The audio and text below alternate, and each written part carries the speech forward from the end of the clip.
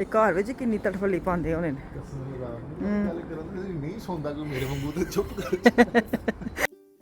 अस्सलाम वालेकुम जी, कैसे हैं आप सब? मैं ठीक, शुक्र अल्हम्दुलिल्लाह। दुआ करती हूँ आप भी माशाल्लाह ठीक ठाक रहें, खुश रहें।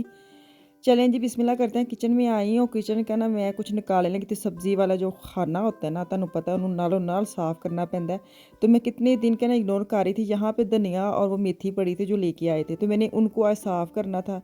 तो ये चक्कर च मैं क्या चलो यह भी हिस्सा साफ़ कर देइए, क्योंकि फ्रिज वाली एक ऐसी चीज़ है, बच्चे भी फोलते हैं। मामा ने कुछ रखा होता है कितने होर, बच्चे फोलते फलाते सारी चीज़ां तबाह बर्बाद कर देंगे ने।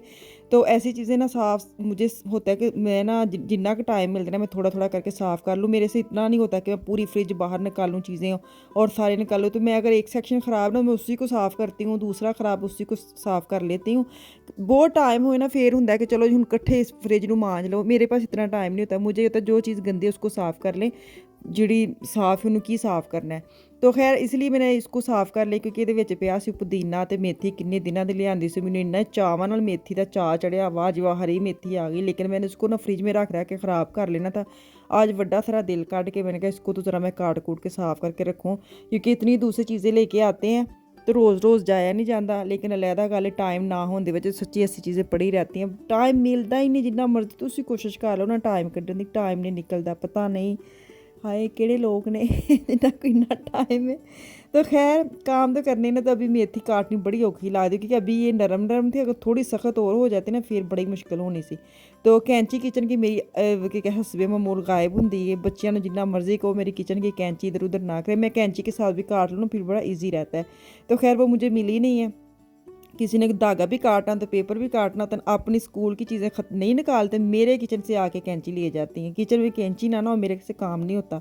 तो खैर अभी ये इसके अंदर इतनी रेत थी, मुझे इतनी टाइम लगना इनू साफ़ करने लगे। इनू मतलब झूटे दे के झूले दे के मैं इनू साफ़ किया ताकि इहदे विचों मिट्टी जिहड़ी ना वो चंगी तरह, मिट्टी नहीं की कहते हैं उन्होंने, रेत। हाँ धनिया में रेत नहीं थी लेकिन मेथी में बड़ी रेत थी। तो इसको मैं हिला के जला के इसको मैंने अच्छी तरह साफ़ किया है। तो अब ये जो आप देख रहे हैं ना शलजम, ये पहले वाली शलजम तुर्की मार्केट से लेके आए थे। जो अब लेके आए ना वो मेरे मियाँ पूछ रहे थे, मैंने मना कर देना था, क्योंकि शलजम जो ना फ्रीज़ नहीं मैं करती, कभी भी नहीं करती।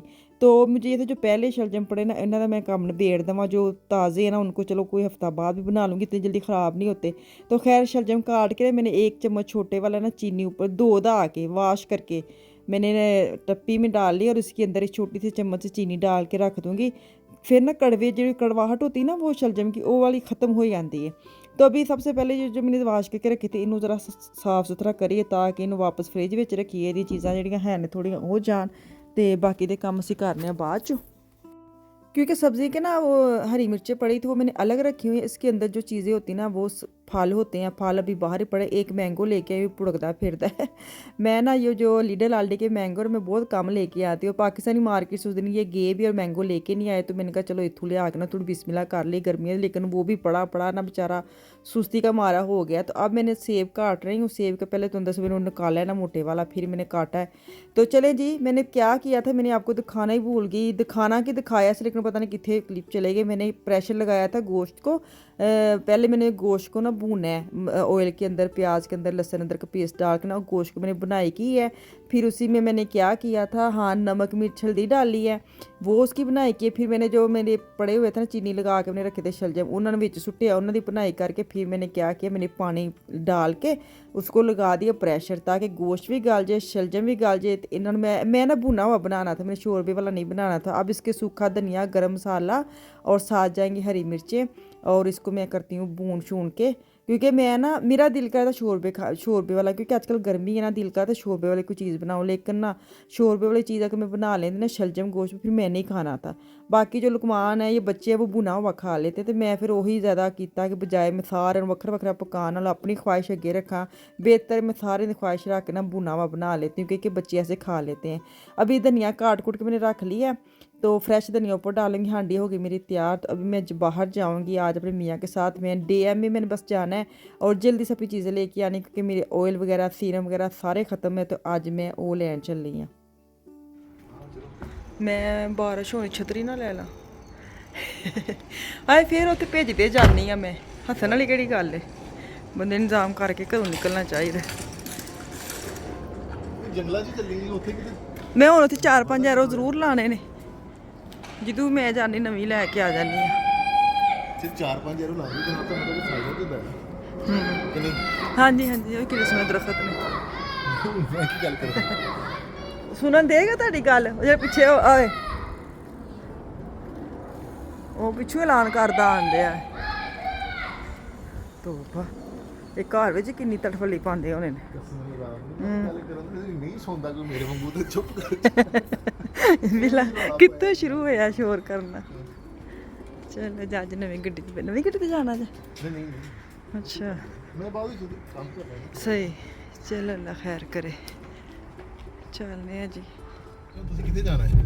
ਤੁਸੀਂ ਮੈਨੂੰ ਨਾ ਲਾ ਦਿਓ ਕਿਤੇ ਵੀ, ਮੈਂ ਤੇ ਜ਼ਰੂਰੀ DM ਜਾਣਾ। ਮੇਰੀ ਆਪਣੀਆਂ ਚੀਜ਼ਾਂ ਖਤਮ ਹੋਈਆਂ ਨੇ ਸਕਿਨ ਕੇਅਰ ਦੀਆਂ, ਅੱਛਾ ਤੇ ਬੈਂਕ ਜਾਣਾ ਹੈ। ਉਹ ਤੁਸੀਂ ਵੀ ਜਾਣਾ ਨਾ ਨਹੀਂ ਬੈਂਕ? ਬੈਂਕ 'ਚ ਤੇ ਮੈਂ ਜਾਣਾ ਯਾਰ। ਹਾਂ, ਮੈਂ ਬਹੁਤ ਦੇਰ ਲਾਣੀ ਯਾਰ ਕਸਮੇ। ਕਿੱਦਾਂ ਟਰਮੀਨ ਤੁਹਾਡੀ ਬੈਂਕ ਦੀ? 6 ਤਰੀਕ ਚਲੋ ਹੋ ਜਾਏਗਾ। ਨਹੀਂ ਉਹ ਸਹੀ ਹੈ ਯਾਰ ਉੱਥੇ ਹਾਂ ਠੀਕ ਆਨਲਾਈਨ ਠੀਕ ਹੈ, ਇੱਥੇ ਬਹੁਤ ਔਖਾ ਲੱਗਦਾ ਪੋਸਟ ਮੈਂ ਬੈਂਕ। ਵਾਹ ਕਿ ਤੇਰਾ ਵੀ ਮੈਂ ਕਰਵਾ ਲੈਣਾ ਬਣਾ ਰਹੀ ਨਾ। ਉਹਨੂੰ ਕਹਿਣਾ ਕਿ ਅਸੀਂ ਮੀਆਂ ਬੀਬੀ ਨੇ ਦੋਵਾਂ ਨੇ ਇਕੱਠੀਆਂ ਲਈ। ਹਾਂ ਫਿਰ ਕੀ ਹੋਏਗਾ, ਸਾਨੂੰ ਦੇਣਗੇ ਫ੍ਰਿਜ ਦੇਣਗੇ, ਇੱਕ ਪੱਖਾ ਪੁੱਖਾ ਦੇਣਗੇ। 2 ਬੰਦੇ ਆਏ, ਇਹਨਾਂ ਨੂੰ ਨਾਮ ਦੇ ਦੇਵਾਂ। ਹੱਥ ਵਾਲਾ ਪੱਕਾ ਦੇਣਗੇ। ਤੁਸੀਂ ਕਹੋ ਤੂੰ ਬੈਂਕ ਚੱਲੀ ਕਿ ਫਾਤ ਮੁਸਾ ਦੇ ਸ਼ੋਰ ਚੱਲੀ ਕਿ ਤੈਨੂੰ ਫ੍ਰਿਜ ਮਿਲਣੀ ਹੈ। ਚਲੋ ਅੱਲਾ ਖੈਰ ਅੱਛਾ ਪਤਾ ਕਰੇ। ਕਦੀ ਗੌਰ ਕੀਤਾ ਹੀ ਜਿਹੜਾ ਹਾਂ। ਹੁਣ ਜਹਾਜ਼ ਜਾਂਦੇ ਆ ਵੇ ਹਾਂ। ਉਹ ਨਹੀਂ ਅੱਛਾ ਜਾਂਦਾ ਹੁਣ ਦੇਖ ਨਹੀਂ ਗਿਆ ਤੈਨੂੰ? ਮੈਨੂੰ ਤੇ ਨਜ਼ਰ ਆਉਂਦੇ ਹੁਣ, ਮੈਂ ਵੀਡੀਓ 'ਚ ਨਹੀਂ ਆਵਾਜ਼ ਦੀ ਨਜ਼ਰ ਆਉਂਦੇ ਨਿੱਕਾ ਜਿੰਨਾ। ਆਹੋ ਨਹੀਂ ਵਿਖਾ। ਅੱਛਾ ਠਹਿਰੋ, ਹਾਂ ਠਹਿਰੋ, ਤੁਸੀਂ ਤੁਰੇ ਚਲੋ, ਮੈਨੂੰ ਜੇ ਕਰ ਲਿਆ ਕੈਚ। ਹਾਂ ਉਹ ਜਾਣਦੇ ਠੀਕ ਹੈ ਨਾ। ਇਹ ਹੁਣ ਨਾ ਹਾਂ। ਮਕਸਦ ਇਹ ਵੇ ਕਿ ਜਦੋਂ ਅਸੀਂ ਇੱਥੋਂ ਪਾਕਿਸਤਾਨ ਨੂੰ ਆਈਦਾ ਨਾ, ਹੂੰ। ਠੀਕ ਹੈ, ਤੇ ਪਾਕਿਸਤਾਨ ਨੂੰ ਆ ਕੇ ਤੇ ਜਹਾਜ਼ ਨੇ ਨਾ ਇੱਥੇ ਆਣਾ ਹੁੰਦਾ ਹੈ ਅੱਛਾ। ਸਾਡੇ ਇਲਾਕੇ ਦੇ ਵਿੱਚ। ਹਾਂ। ਇੱਥੋਂ ਫਿਰ ਉਹਨੇ ਯੂ ਟਰਨ ਕਰਨਾ ਹੁੰਦਾ ਵੇ, ਹੂੰ। ਯੂ ਟਰਨ ਕਰਕੇ ਤੇ ਫਿਰ ਉਹਨੇ ਵਾਪਸ ਫਰੰਕਫਰਟ ਵਾਲੇ ਬਣੇ ਜਾਣਾ, ਕਿਉਂਕਿ ਇਧਰੋਂ ਸਾਰੇ ਜਹਾਜ਼ ਹਾਂ ਜਾਂ ਯੂ ਟਰਨ ਮਤਲਬ ਲੈਂਦੇ ਸਾਰੇ ਨਹੀਂ, ਹੂੰ। ਜਿਹੜੇ ਇਧਰੋਂ ਮਤਲਬ ਮੇਰਾ ਖਿਆਲ ਕਿਤੋਂ ਦੂਰੋਂ ਆਉਂਦੇ ਨੇ, ਹੂੰ। ਠੀਕ ਹੈ ਨਾ। ਤੇ ਫਿਰ ਇਧਰੋਂ ਉਹਨਾਂ ਦਾ ਕੋਈ ਹੋਣਾ ਵੇ ਥੱਲੇ ਉਤਰਨ ਵਾਲਾ ਸਿਲਸਿਲਾ ਨਾ, ਕੋਈ ਪਤਾ ਨਹੀਂ।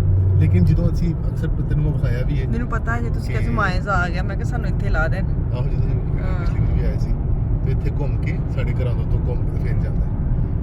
ਹੁਣ ਕੀ ਕਰੀਏ ਫਿਰ, ਮਾਰਾਂਗੇ ਉਹਨਾਂ ਨੂੰ। ਮੈਨੂੰ ਭੇਜ ਛੱਡੋ ਅੱਛਾ ਪਾਕਿਸਤਾਨ। ਨਹੀਂ ਮੈਂ ਮਾਰਾਂਗੇ ਜਹਾਜ਼ ਵਾਲਿਆਂ ਕਿ ਸਾਡੇ ਸ਼ਹਿਰ ਕਿਉਂ ਆਉਂਦੇ ਆ। ਅੱਜ ਨਾਮ ਕਸਮ ਨੂੰ ਨਾਗ ਨਹੀਂ ਮੈਨੂੰ ਕੋਈ ਹਾਂ ਛਾਬੀਆਂ ਲੈ ਨਹੀਂ ਪਾਕਿਸਤਾਨ ਭੇਜਦੇ। ਛਾਬੀਆਂ ਲੈ ਆਉਂ। ਛਾਬੀਆਂ ਲੈ, ਮੈਂ ਤਾਂ ਕਿਹਾ ਜਾਓ ਪਾਕਿਸਤਾਨ ਆਜ਼ਾਦ ਕਰਦਾ ਤੁਹਾਨੂੰ, ਫਿਰੋ ਤੋਰੋ। 4 ਰੁਪਏ ਵੀ ਦੋ ਨਾ 4 ਕੋਈ। ਰੁਪਈਏ ਨਹੀਂ ਮਿਲਨੇ, ਰੁਪਈਏ ਆਪੇ ਹੀ ਕਮਾਓ ਤੇ ਜਾਓ। ਅਸੀਂ ਦੋਵੇਂ ਨਾ ਕੋਈ ਜਹਾਜ਼ ਵੇਖ ਲਈਏ ਜਾਂ ਅਸੀਂ ਮਤਲਬ ਕੁਝ ਵੀ ਵੇਖ ਲਈ ਨਾ, ਸਾਨੂੰ ਹੁੰਦਾ ਅਸੀਂ ਉੱਡ ਕੇ ਪਾਕਿਸਤਾਨ ਚਲੇ ਜਾਈਏ। ਇਹ ਪਾਕਿਸਤਾਨ ਕੇ ਜੋ ਪਹਾੜਾਂ ਅਸੀਂ ਪੜ੍ਹਦੇ ਰਹਿੰਦੇ ਹਾਂ ਪਾਕਿਸਤਾਨ ਪਾਕਿਸਤਾਨ ਪਾਕਿਸਤਾਨ, ਤੇ ਕੀ ਕਰੀਏ ਫਿਰ ਸਾਡਾ ਗੁਜ਼ਾਰਾ ਨਹੀਂ ਹੈ। ਅਸੀਂ ਦਿਨ 'ਚ 10 ਵਾਰੀ ਪਾਕਿਸਤਾਨ ਜਾਂਦੇ ਹਾਂ ਤੇ 10 ਵਾਰੀ ਅਸੀਂ ਪਾਕਿਸਤਾਨ ਨੂੰ ਵਾਪਸ ਆਉਂਦੇ ਹਾਂ, ਤੇ 10 ਵਾਰੀ ਅਸੀਂ ਪਾਕਿਸਤਾਨ ਨੂੰ ਚੀਜ਼ਾਂ ਅਸੀਂ ਸਿਲੈਕਟ ਕਰਨੇ ਆ। 10 ਵਾਰੀ ਸੋਚ ਰਹੇ ਹਾਂ ਕਿ ਅਸੀਂ ਲਿਸਟ ਬਣਾ ਕੇ ਲੈ ਕੇ ਜਾਣੀ ਹੈ, ਜਿਹੜੀ ਅਸੀਂ ਹਰ ਵਾਰੀ ਸੋਚਦੇ ਕਿ ਅਸੀਂ ਚੀਜ਼ਾਂ ਲਿਖ ਕੇ ਖੜਨੀਆਂ, ਲੇਕਿਨ ਉੱਥੇ ਜਾ ਕੇ ਸਾਰਾ ਜਿਹੜਾ ਪਲਾਨ ਹੈ ਨਾ, ਜ਼ਾਹਰ ਹੈ ਆਪਣੇ ਭੈਣ ਭਾਈਆਂ ਕੋ ਜਾਂ ਫੈਮਲੀਜ਼ ਕੋ ਦੇ ਕੇ ਕਿੱਥੇ ਤੁਹਾਡੇ ਪਲਾਨ ਠੁੱਸ ਹੋ ਜਾਂਦੇ ਨੇ। ਬਸ ਇਹ ਹੁੰਦਾ ਕਿ ਜਿੱਥੇ ਵੀ ਬਹਿ ਜਾਈਏ, ਜਿੰਨਾ ਟਾਈਮ ਕੱਢ ਸਕੀਏ ਉਹ ਕਰ ਲਏ, ਤੇ ਬਾਕੀ ਸਾਰੇ ਪ੍ਰੋਗਰਾਮ ਜਿਹੜੇ ਨਾ ਇੱਧਰ ਉੱਧਰ ਹੋ ਜਾਂਦੇ ਨੇ। ਖੈਰ दिल तो करता है। तो खैर यहाँ पे ना मेरे मियाँ मुझे उतार के चले गए हैं अपनी सवारी के साथ। इतने मैं इन्होंने कराएंगी अल्लाह हाफिज़, क्योंकि डैम के सामने मुझे उतार गए थे। मुझे कहते बाद में मैं आ जाऊँगा, इतना काम नहीं था मेरा ना। चलो अल्लाह हाफिज़, अल्लाह हाफिज़। चलो जी मैं जाना डैम। चलो जी डीएम च वड़ गए। यहाँ पे मैं देख रही थी सन ब्लॉक बच्चों के लिए, क्योंकि अफान का बड़ी जल्दी रंग खराब होंगे बाहर जाते चाहे आजकल गर्मी आ गई है ना, तो 4-5 बजे 2-3 घंटे जो खेलते हैं। तो मुझे ये था इसको मैं लगा के भेजा करूँ बाजू पे, गर्दन पे। गर्दन तो सब तो जल्दी असर होता है। तो खैर वो मैं बच्चों का भी देखती हूँ बाद में। पहले मैं ये जो सेक्शन आया मेकअप वाले थे, तुहानू पता हाथ हुथ ला के चीज़ों तो ज़रूर जाना होता है। कोई नवी चीज़ आई है, कुछ भी एक्स्ट्रा आया है। यहाँ पे मुझे मस्कारा चाहिए था, मैंने देखा तो उसका ट्यूटोरियल बड़ा ही अच्छा था, लेकिन वो मुझे मिला नहीं है। तो ये 50% लिखा हुआ है ना, तो ये कुछ ना जाए, कुछ नहीं जलाबदा लुबदा एवं मैं वेख के टोर ना जाए मेरे कह, तो क्योंकि इतने कुछ भी नहीं पिया। हो सकता दूसरी डीएम में हो, लेकिन यहाँ पे तो मुझे कुछ नज़र नहीं आया था। तो खैर यहाँ पे मैं वही ना अपने वाला एरिया देख रही थी जिथे मैं जाना है, क्योंकि मेरे मियाँ का फ़ोन आ गया था कि बस मैं सवारी उतार के तो फिर मैं आपको ले जाऊँगा। तो नॉर्मल तो मैं ये था मुझे उतार दे, मैं वाला बस बुस से आ जाऊँगी। हूँ मैं घरों निकली हाँ, लेकिन पता है क्या, जब आप घर से निकलते हैं ना, सच्ची बात है, बच्चों को इतना आरे लगाना पड़ता है। बेशक बच्चे ਤੁਹਾਡੇ छोटे ने, बेशक ਤੁਹਾਡੇ बच्चे ਵੱਡੇ ने, क्योंकि अगर बच्चे छोटे ने ना उदों तो फ़ौरन ਹੁੰਦਾ ਸੀ घर चले जाएंगे, लेकिन अगर आपके बच्चे बड़े हो गए हैं तो फिर उनका अपना एक प्रोग्राम होता है, हमने वहाँ जाना है, हमारा ये प्रोग्राम, हमारा वो प्रोग्राम, तो फिर ना उनकी भी थोड़ा मेरे दिमाग में चीज़ रह जाती है। बेशक वो मुतमिन हो जाते हैं कि चले कोई नहीं आप जाएं, लेकिन मुझे वो इजाज़त दे देते हैं, लेकिन मैं जाती सुकून नहीं होता। मुझे होता है उन्होंने अपना मेरी वजह से प्रोग्राम ख़राब किया है, या उन्होंने जाना है, पता नहीं कितने दिन का सोचा है। मैं फिर इतने DM च पोला फाली करके अपनी चीज़ें उठाई हैं जल्दी से। यहाँ से मैंने अपना रेटिन ऑयल लिया है, मैं वो लेके गई थी लोरियल का, पहले भी वो मेरा अब ख़त्म हो गया है, तो वो मैंने लेना है। मेरा एक सीरम ख़त्म हुआ है, एक और सीरम ख़त्म हुआ है, तुसी कहते हो सीरम होए हो। तो जो मैं यहाँ से लेके जाऊँगी ना, वो मैं आपको घर जाके दिखाऊँगी। मैं पहले भी काफ़ी दफ़ा दिखा चुकी हूँ, नई कोई चीज़ ऐसी नहीं लेके जा रही, लेकिन ख़त्म हो गई थी इसलिए मैं उठाने आई हूँ। तो फिर भी मैं आपको बता दूँगी कि जो रेटिन ऑयल है वो कब लगाना है, दूसरा सीरम मैं कब लगाती हूँ, और ये विटामिन C मेरा सीरम ख़त्म हुआ है। ये ਤੁਸੀਂ ਅੰਦਾਜ਼ਾ ਲਾਓ ਕਿ ਇਹ ਵਾਲੀ ਜਿਹੜੀਆਂ ਕੁਝ 5-6 ਮਹੀਨੇ ਤੋਂ ਜਿਹੜੀ मैं स्किन केयर करनी है ना, मैं अपने आप को मोढे ਤੇ शाबाश देनी है। सच्ची गल है, जितना मर्जी आप सोच लें अपने टाइम नहीं निकलते, लेकिन अब मैं बड़ा प्रॉपर निकालती हूँ, बड़ा अच्छा लगता है। तो खैर जो चीज़ें ली है ना, पहले ली हुई है मैंने, लेकिन एक तो चीज़ मैंने नई ऐड की है, वो मैं आपके साथ घर जाके शेयर करूँगी। तो यहाँ से सबसे पहले तो मैं बच्चों के लिए देख रही हूँ कि कौन सा मैं इनके लिए लेके जाऊँ जो ये यूज़ कर सके, जो ना पतला पतला हो, बहुत थिक ना हो। मोटे वाला ना बच्चे लगाते नहीं, उनके ऊपर स्किन के ऊपर जमा रहता है, उनको बड़ी काली पड़ती है। तो खैर चलते हैं घर, मेरे मियाँ की आमद हो गई है, उनको मैंने पकड़ाया अपना शॉप पर। मैंने कहा मेरा बैग पकड़े, फिर इधर से मैं आपसे ना इजाज़त चाहूँगी। इसके बाद मैं ना जाऊँगी दूसरी मार्केटों में, फिर उसकी वीडियो लेके आऊँगी। तो मैनू दो इजाज़त, कल वापस आऊँगी। दुआ में याद रखें, कल तक के लिए अल्लाह हाफिज़।